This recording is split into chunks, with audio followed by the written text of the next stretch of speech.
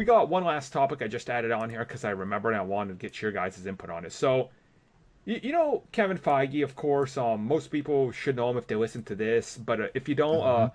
he's the guy that's in charge of everything he's the reason Marvel is where they at right now with the Marvel Cinematic Universe. And he was interviewed, and unlike directors or people from other companies, he's aware of what people think of the movies, and they asked him like, "Oh, Marvel villains problem." And he was just kind of like, "Yeah, we kind of have a problem, but hey, our movies are about the heroes, so if the villains has to fall short, that's the way it's gonna go." You know, much respect to him. Yeah, I I mean, I mean, think they've said that before. Like, our movies are about the heroes. Like, it's not called Yellow Jacket the movie. Like, yeah, but and I mean, like people who are just getting into the movie or just knowing about the character, they wouldn't know anything about the villain in the first place. Yup. Like people yeah, wouldn't care about the villain until after the movie. Hmm. yeah, So I see. I don't really have a problem per se with first introductions, but how they go about it with continuing on the story. That's where I would hope that they would evolve the character Well, more. yeah. there's Like, I've always had the mindset of like, I'm reusing villains in comics is fine. Like that medium kind of lends itself to that. In the movies, don't I don't want you to keep repeating yourself. yeah. Like you've done the story with like the Red Skull. Yes, it'd be nice to have him back for one last time because he's not dead. But at the same time, it's kind of like you don't want a trilogy where it's just the Red Skull. Yeah. You know, people complain about the Iron Man trilogy having like two two of the three villains are just basically Iron Man in a different like style. So it's kind of like, why would you want that same villain over and over and over again? Right.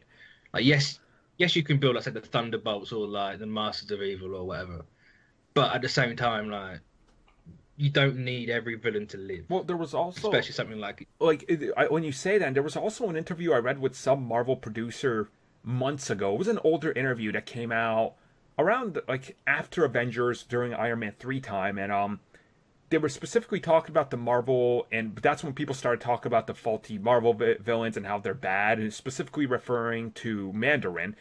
And one of the producers was kind of talking about it. He was like, "Well, if you really think about it, in 2008, you had two big comic book movies. You had Iron Man, and you had The Dark Knight, and only one was a movie where everybody talks about the hero." It's like, yeah, no yeah, one talks about The Dark Knight and goes, "Oh yeah, Christian Bale was amazing as Batman." Everybody's like, "Yeah, man, that Joker, I tell you, and that Two Face were good." It's like, oh, okay, well, the hero sucks in that movie. it's very much like a lose-lose situation because if you focus on your villain as well, you're gonna have an underdeveloped hero, and therefore people are gonna complain that your hero's not developed. Hmm. And it's like, well, why do I care about Ant-Man in this movie? I don't. Whereas at the end, if you focus on Ant-Man, you care about him by the end. Oh, definitely. It's like, why build a villain up if you're gonna kill him off?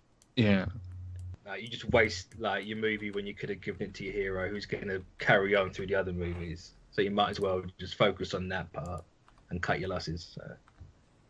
That's completely true. Like, I cannot agree with that more. It's just, it's a perception thing. If people want good villains, sure, I agree with you. I would Yeah. love good villains, but if that brings on the sacrifice and not having as good of a hero get his moment in a movie, I will completely say no and just give me that good hero story. Like, it's the villains should never overshadow the hero in a superhero title movie. Like, that should not happen. well, Yeah. well, unless the villain is title is the main Yeah. character. So Yeah. I mean, like stuff like Baron Mordo, like that's great. You can have a villain that you can start off as a good guy and you can twist it out into a bad guy eventually, and you can develop him as you go along, and that's completely fine. But not every villain needs to be like that. Yep. Like villains can just be like good for one story and done. Like they don't have to be memorable. Like we've had one memorable villain in every comic book movie, yet people still somehow remember the bad ones, even though they're not memorable. That's true. Which That's I always find funny. So, oh, Ultron sucks is not memorable. Well, you remembered him, didn't you? yeah. But Ultron was great though. I loved Ultron. Yeah. It was- I mean, all he needed was 5 minutes on the internet and knew the humanity needed to be destroyed. See, so he was It's like, correct. well, yeah. you go on 4chan for 5 minutes, and then we do. It's simple as that. That's so true. That's so true. So yeah, that ends that topic on Marvel villains.